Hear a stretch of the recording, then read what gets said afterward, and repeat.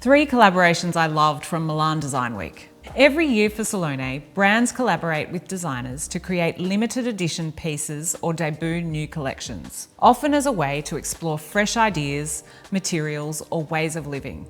It's fascinating to see how 2 creative worlds can merge to design something special. These were my 3 favourite collaborations from Salone 2025.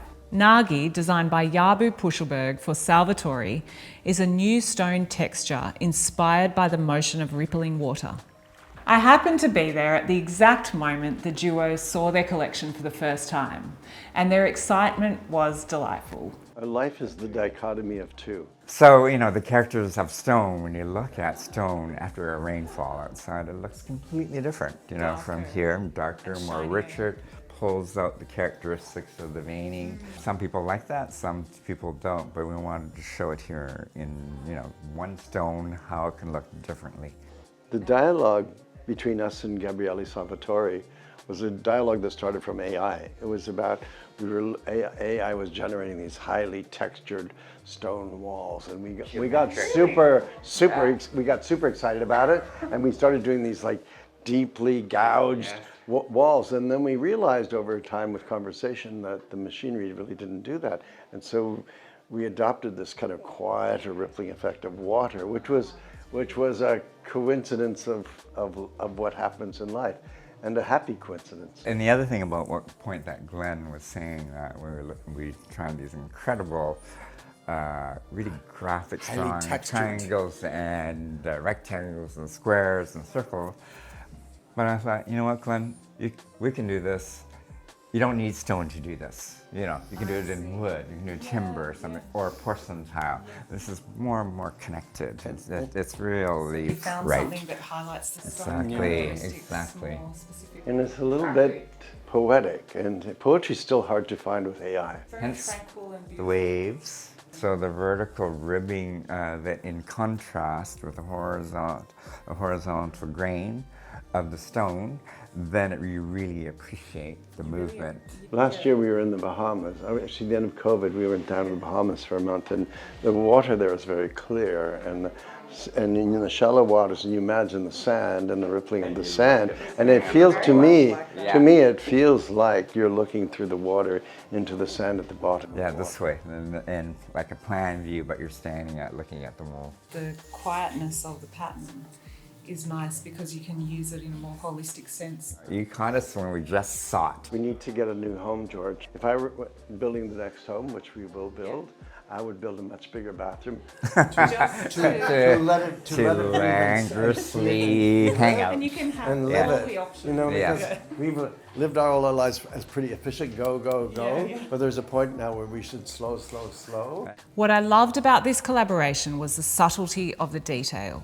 It's quite powerful without being overbearing. I would totally drench a bathroom in this texture. Industrial designer Francesca Lanzavecchia collaborated with Italian lighting manufacturer Foscarini to create Allumette and Tilia.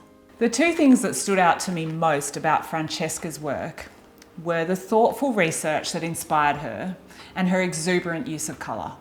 Allumette actually stems from a completely different research in the field of chandelier, and is an historical research on how humanity have always tried and bring light to the interiors. A big inspiration for this project was the beautiful Salvatori chandelier, not for its shape, but because it represented the first chandelier that managed to bring out all the contemporary technology that was back then, and make it into a very light, elegant, and decorative object. So here we are working with what the contemporary technology allowed us, and the candle, of course, is no more a fire candle, but actually is a LED light that runs through a methacrylate, full tube, polymethyl methacrylate, and it gets refracted by a lens, little lens on top of it, and creating this very organic and warm sort of cloud of light around it.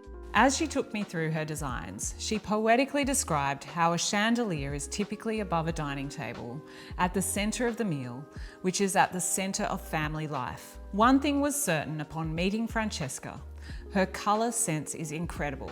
It's specific, nuanced, and she works with it flawlessly. I'm a strong believer that our home should have color, being it an accent or being it the full spectrum. And that's why I also wanted to apply my use of color also on these products. It's a color that is never a basic color. So when you see a red, actually, there's a bit of blue in it, and it's very vibrant. Both of the collection that we've developed for Foscarini are bringing a very energetic color to the interior. The collaboration that truly surprised me was that between Simona Spordone and Brocas Glass. This material came from shards. In Brocas Glass, there is a huge factory where they blow glass. And when you blow glass, you have a lot of shards.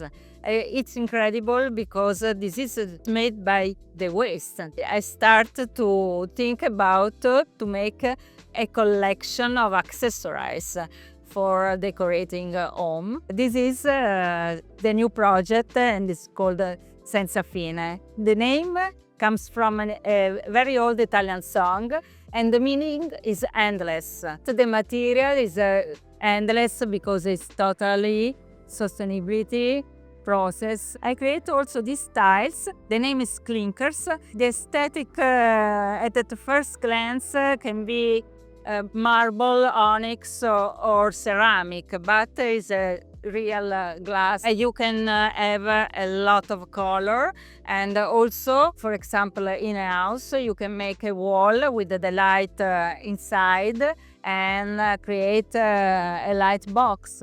It's remarkable that a material made out of recycled glass could so closely match the depth and luminosity of marble. Which of these products can you see yourself using?